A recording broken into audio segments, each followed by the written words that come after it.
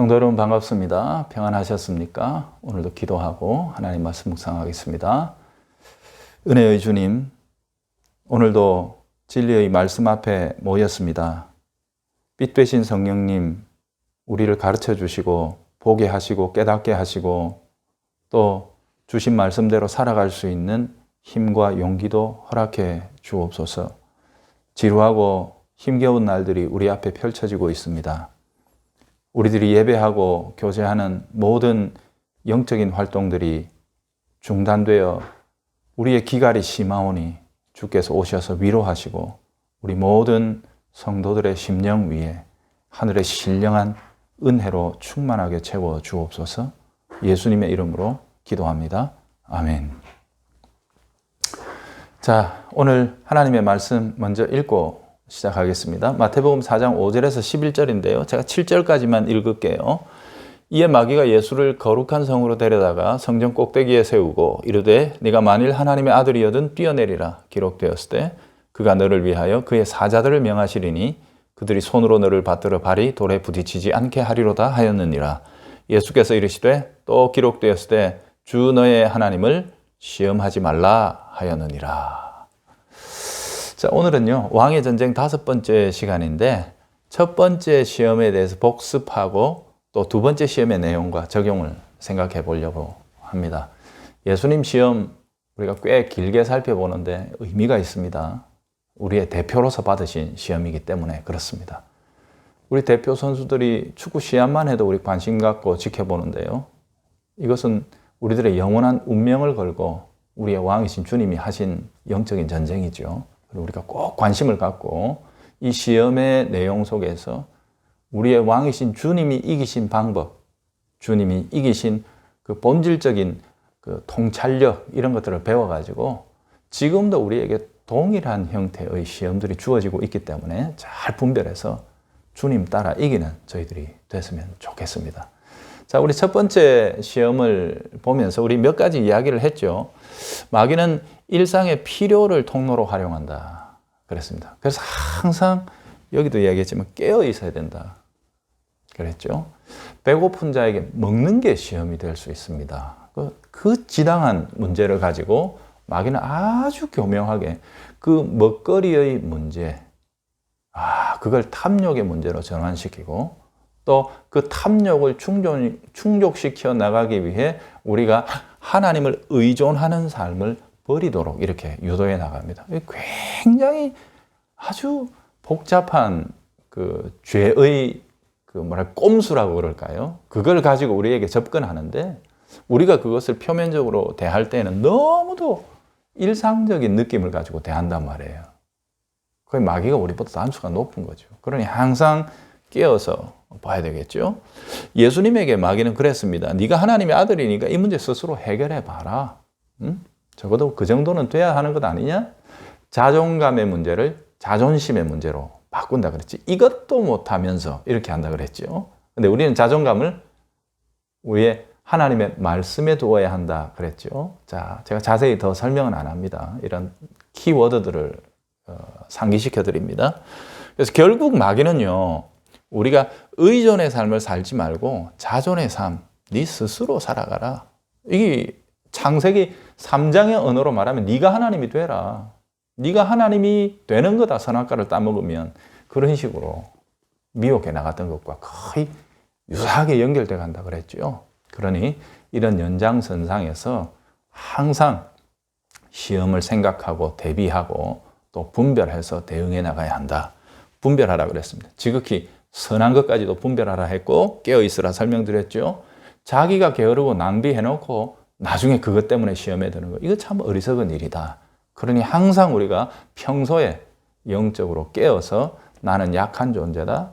나는 스스로 준비되어 있지 못한 존재라 겸손하게 하나님의 것으로 채워나가는 깨어있는 사람이 되어야 합니다. 근성을 기르라고 했습니다. 마귀는 우는 사자처럼 우리를 결국 물어 넘어뜨리려고 합니다. 근데 우리는 우리를 죽이려 하는, 그것도 영원히 죽이려 하는 마귀를 대하면서 스포츠 하듯이 대응해서는 안 된다 그랬죠. 이거는 생과 사가 걸린, 영원한 생명이 걸린 전쟁이다. 이 사실을 꼭 기억하면서 근성을 기르라 했습니다. 때로 하나님 욥의 경우에 있어서 40일을 굶기시는 예수님의 경우에 있어서 보듯이 우리들을 훈련시키실 때 그 극한의 상황까지도 이끌고 가실 수 있다. 이 사실을 꼭 기억하십시오. 우리 구약에 다윗도 충분히 돌멩이 하나만 들고도 골리앗 앞에 설 영적인 무장이 돼 있었지만 그를 왕으로 세우기까지 하나님은 무려 10년 이상의 광야 생활을 통해서 너무도 억울하고 너무도 절박하고 가난한 다양한 상황들을 경험하고 그 속에서 훈련시키시면서 그를 하나님만 바라보고 의존하는 사람으로 만들어 나가셨죠. 그죠? 근데 우리 왕께서는 바로 그 첫 번째 시험에서 그런 문제들을 기가 막히게 이기시고 분별해 내셨다. 이런 사실들을 보았습니다. 자, 오늘 두 번째 시험입니다. 두 번째 시험은 마귀가 예수님을 그 예루살렘 성전 꼭대기에 세워놓고 거기서 한번 뛰어내려 봐라. 성경에 보니까 하나님께서 네 발을 딱 받쳐주신다 하던데 그렇게 되면 사람들이 너를 순식간에 우와 하고 하나님의 아들이라고 그렇게 알아볼 수 있지 않겠느냐 이런 식으로 한 거죠. 첫 번째 시험 욕구의 문제였죠. 먹는 문제였고 이 문제는 예수님께서 그 주기도에서 일용할 양식 기도하는 것이다. 하나님이 채워주신다. 일용할 양식 달라고 기도해라. 하나님을 의존하는 문제다. 라고 그렇게 이끌어 나가셨는데 어쨌든 이 두 번째 시험에서는요. 이 욕구의 문제를 허영의 문제로 전환시켜서 다가옵니다. 너 하나님의 아들이라는 것. 하나님의 아들로서 이 땅에서 행해야 하는 사명, 그거 어떻게 실현할 거냐? 그 방법론의 문제지요. 소위 사역의 방법론인데요. 마귀는 시편 91편이라는 말씀을 가지고 찾아왔습니다. 봐라, 성경에 이렇게 되어 있지 않냐? 그의 천사들을 명령해서 내 모든 길에서 너를 지키게 하심이라. 그들이 그들의 손으로 너를 붙들어, 천사들이 말이죠. 발이 돌에 부딪히지 아니하게 하리로도. 이 말씀이 있지 않냐? 이 말씀을 이루어내므로 네가 누구인지 그리고 네가 무엇을 위해 보냄받았는지 그들에게 가장 효과적으로 드러낼 수 있지 않겠느냐. 이게 마귀의 미혹이었죠. 여러분 어떻습니까? 대단히 실용적이지 않습니까? 그렇게만 하면 사람들이 순식간에 눈이 휘둥그레져서 모여들지 않겠어요? 그리고 그 일이 일어나게 된 예수 그리스도를 어떻게 보겠어요? 대단히 실용적이고 아주 합리적이라는 말입니다. 화려하기까지 합니다. 그런데다가 말씀 근거를 가지고 있습니다. 이 세 가지 요소가 꽉 채워져 있으니까 이게 얼마나 위험하고 치명적인 미혹인지 모릅니다. 저 입장에서는 더더욱 그렇습니다. 우리 사역자들의 입장에 있어서는요. 말씀의 근거도 있지요. 낭비 없는 아주 기가 막히게 실용적이고 또 뭐랍니까? 합리적인 방법이지요. 그 다음에 화려하기까지 합니다. 많은 사람들에게 동시에 효과적으로 전달할 수 있습니다. 이런 것들은 우리를 쉽게 무너지게 합니다. 저 개인적으로 고백을 하자면 때때로 이제 목회자의 선한 마음에서 나온 것이기도 합니다만 동시에 이게 마귀의 미혹과 뒤섞여서 제 속에서도 아주 희한하게 흘러가는 것들을 제가 경험하는데요. 특별히 이 육신의 질고를 가진 교우들을 신방하면서 기도하고 그럴 땐 참 간절한 마음이 있습니다. 주님, 제가 손을 얹고 기도하는데 이들이 나오면 얼마나 좋겠습니까? 이렇게 특히 병원에서도 힘들다 하는 그런 절박한 환자들, 제가 좀 간절히 기도해서 이들이 일어나면 얼마나 좋겠습니까? 그런 순간에는요, 제 마음에 하나님 저 자랑 하나도 안 할 거예요. 막 그런 마음들이 제가 그럴 수 있을 것 같아요. 그럴 수 있을 것 같지요? 그 스스로 속는 겁니다. 마귀는 이런 식으로 그 절박한 상황들을 활용해서 우리를 성공주의, 과시주의로 유도합니다. 제 마음속에도요, 가만히 지나서 그 열기가 조금 식고 나서 뒤돌아보면 그 사건 자체 진심으로 바라고 그 교우를 위해 기도한 거 사실입니다. 그럼에도 불구하고 그 이후에 일어날 플러스 알파적인 요소들 있잖아요. 그 결과로서 발생하게 될 사역의 효율 이런 것들은 없을까? 이걸 계산하고 있는 저 자신의 연약함, 죄성 이런 것들을 보게 되죠. 하나님이 허락해 주시지 않음이 감사하다. 오히려 저를 봐서는요. 참 우리가 이렇게 연약합니다. 제가 사역자의 입장에서 말씀드리는 내용입니다. 이게 참으로 치명적인 유혹이 될 수 있습니다. 우리를 넘어뜨리려고 하는, 특히 주님의 일을 감당하는 사역자로서의 우리들이 당할 수 있는 치명적인 요소들이 이 두 번째 유혹 속에 그대로 들어있죠. 자, 이런 경우에 있어서 우리가 이걸 어떻게 분별할 것인가? 정직하게 마주 앉아서 그 문제를 깊이 고찰하며 결국 영광이 누구에게 돌아갈 것인가? 이 문제로 고민해 보면 됩니다. 제가 말씀드렸던 그 경우에 있어서 말이에요. 솔직하게 이런 일들이 일어나면 하나님께 영광이 돌아가기보다 그 일을 행한 자가 영광을 받는 거 많이 봤습니다. 물론 입술로는 하나님 하나님 그렇게 하지만 결국 모든 사람들의 관심은 그 행하는 자에게로 돌아가는 것. 그게 일반적이지 않습니까? 우리 참으로 속기가 쉽습니다. 자, 어쨌든 이 성공주의, 과시주의, 그 다음 실용적이고 화려하고 말씀의 근거까지 있는 이런 일들이 우리에게 딱 놓여질 때 우리는 그것을 취하기 위해 무리수가 묘수라고 생각할 위험성이 있습니다. 이 정당한 일들을 위해서 내가 여기까지 할 거야. 내가 이렇게까지 하면 하나님이 해주시지 않을까? 마귀가 그렇게 부추기는 거죠. 야, 예루살렘으로 가. 그리고 성전으로 가. 성전 꼭대기에서 뛰어내려. 더 멋있고 있어 보이는 자리 아닙니까? 그죠?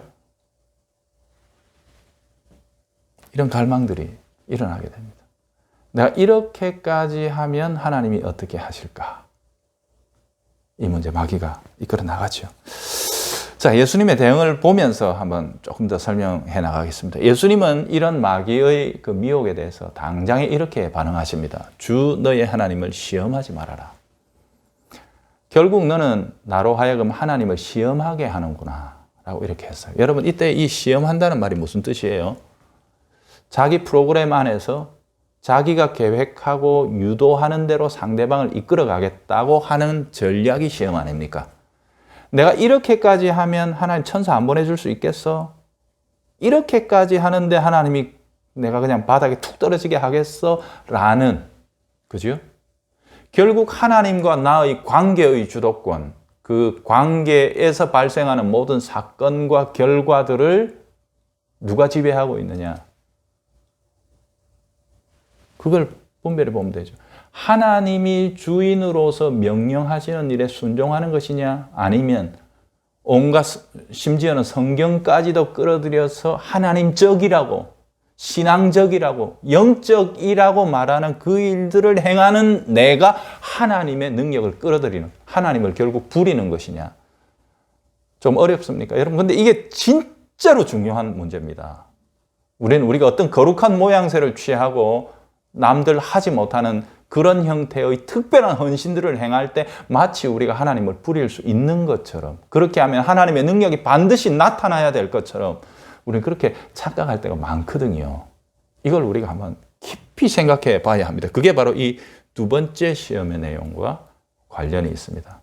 예수님은 바로 이 말씀을 하셨는데요. 이거는요, 출애굽기 17장에 나오는 이스라엘 백성들의 실패를 반영하고 있는 것으로 보입니다. 물 문제였죠. 이게 뭐냐 하면요, 제가 이 지도를 하나 띄워놨는데요.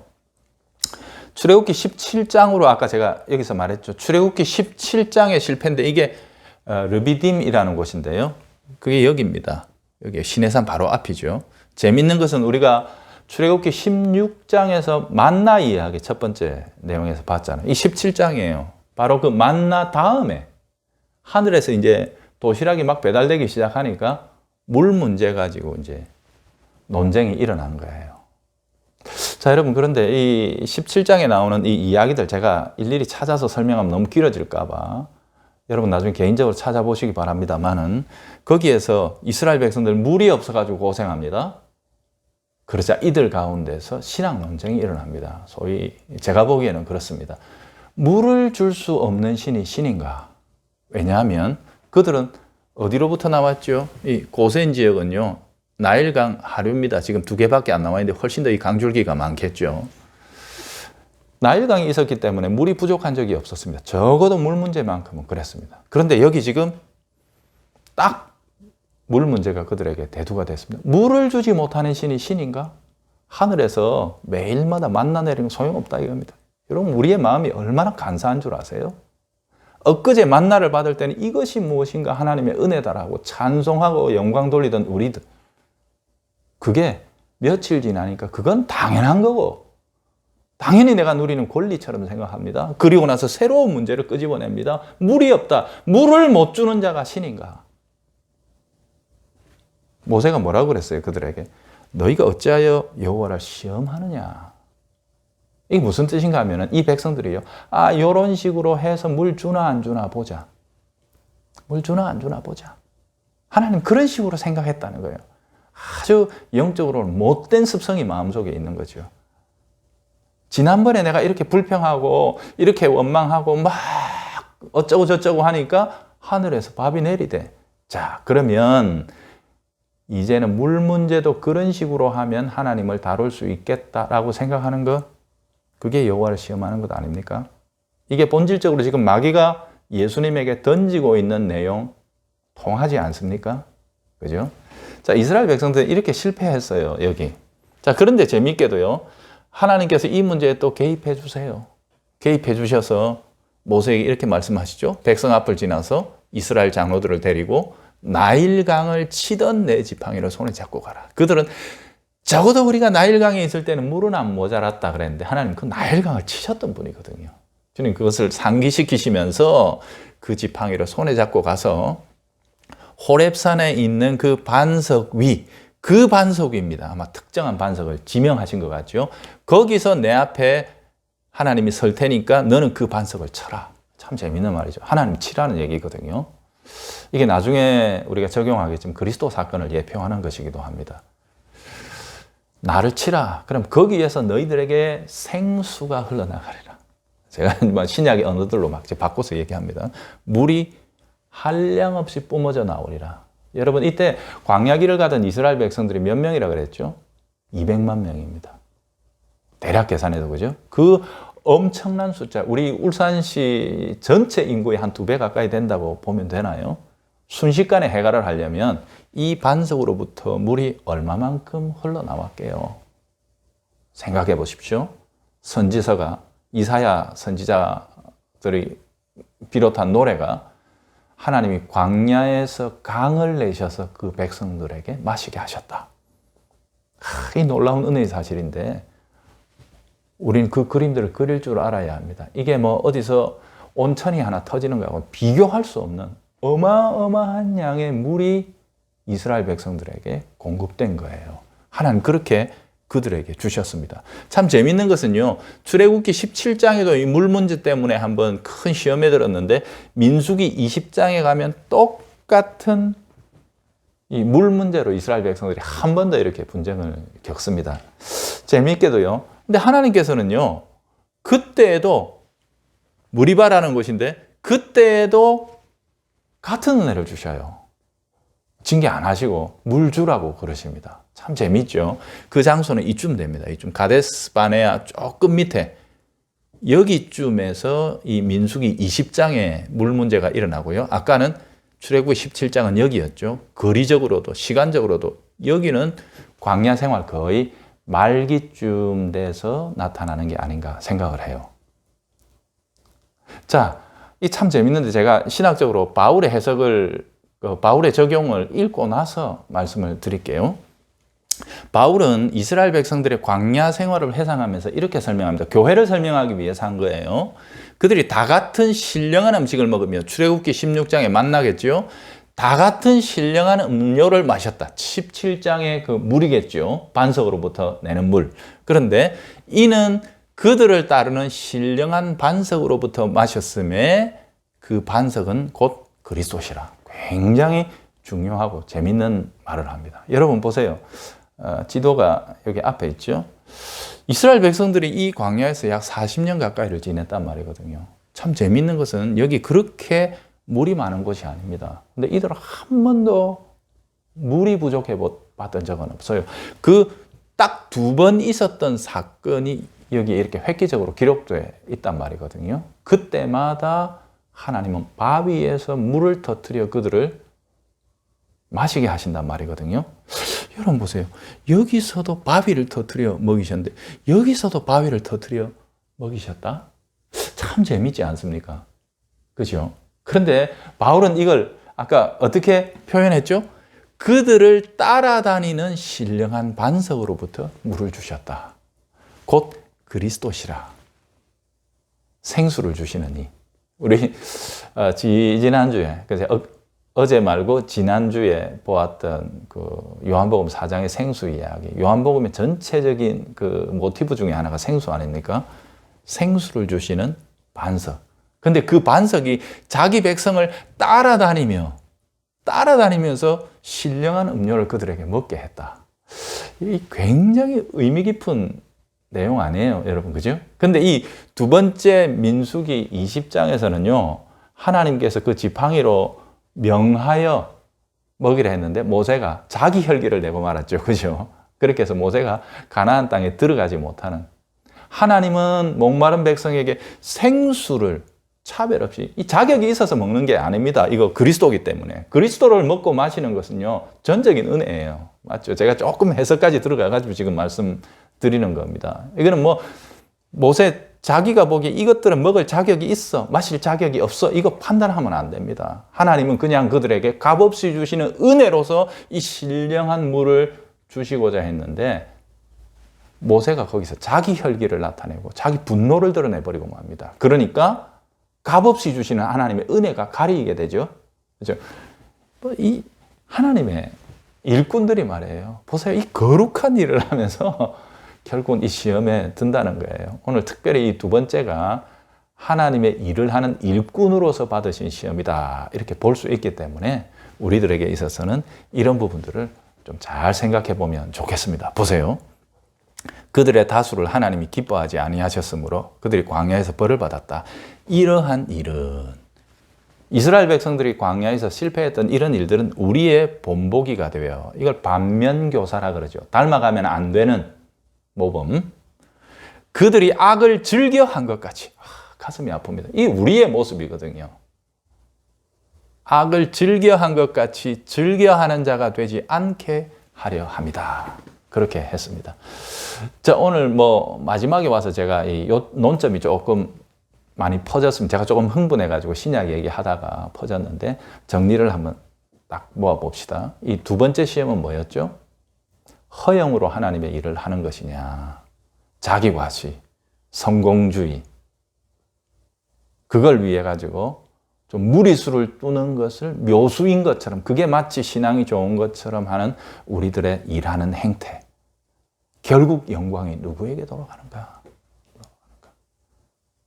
우리는 복음서에서 여러 장면 속에 예수님께서 자기 영광을 피하시는 모습을 굉장히 많이 봅니다. 사역이 한참 절정에 이르고 사람들이 자기에게 몰려들 때 주님은 은근슬쩍 그곳을 떠나버리시는 데도 나오고요. 요한복음 6장 같은 데에 있어서는 하나님의 참된 진리 가운데로 나오지 않은 자들과 완전히 결별해 버리시는 장면까지도 나타납니다. 그들은 예수님을 축켜 세워 왕으로 삼으려고까지 했습니다. 자기 영광 받는 자리, 자기 높임 받는 자리, 주님이 기뻐하지 않으셨죠. 마귀는 결국 하나님의 일을 하면서 영광을 네가 받으라는 것입니다. 하나님의 그 일을 이루어 드리면, 네가 이렇게까지 하면 하나님을 부릴 수 있다는 가능성, 곧 하나님을 시험의 대상으로, 내 열심으로, 내 신앙의 어떤 행위로 하나님을 조정하고 부릴 수 있다라고 생각하는 아주 한쪽 구석에 숨겨진 마음이겠죠. 이런 것들을 심어 놓으려고 마귀는 획책을 합니다. 주님은 그것을 아주 보기 좋게 드러내셨죠. 자, 이 두 번째 시험 정리하겠습니다. 저는 이렇게 한번 간단하게 정리해 봤습니다. 자기 전제를 가지고 신앙생활 하지 말라.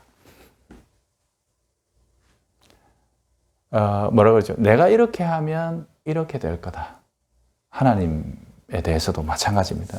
이런 부분들 우리가 정말 조심해야 한다. 하나님의 사랑과 인도하심에 대한 신뢰, 그게 이런 형태로 나타나야 한다. 스스로 판단하는 겁니다. 내가 이렇게 열심히 하면 하나님 나를 사랑하신다면 천사를 보내서 받아주셔야지. 제가 그냥 비유처럼 쭉 마지막에 읊습니다. 자기 조건입니다. 내가 이렇게까지 주를 위해 봉사하는데 주님 우리 사업 잘 되게 안 해주셔? 내 자식 잘 되게 안 해주셔? 우리는 그런데 그것을 간증으로 너무 많이 들었습니다. 이미. 너무 많이 들었어. 이미 그게 한국 교회의 교인들 안에는요, 신학화되어 버린 문제입니다.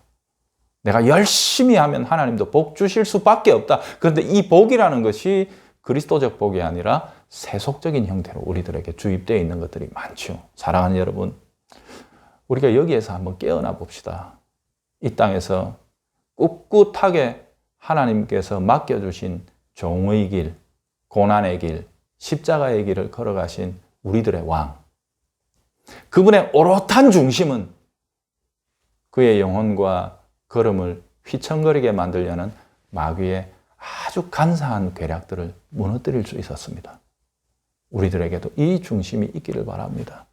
그래서 하나님이 우리 뜻대로 움직이는 게 아니라 우리가 하나님 뜻대로 움직이는 게 복이다. 이 사실을 우리의 마음속에 꼭 새기고 또 적용하면서 자기에게 비추어 보시면 좋겠습니다. 내일 다시 만나겠고요. 또 나오는 기도 제목 가지고 기도하겠습니다. 감사합니다.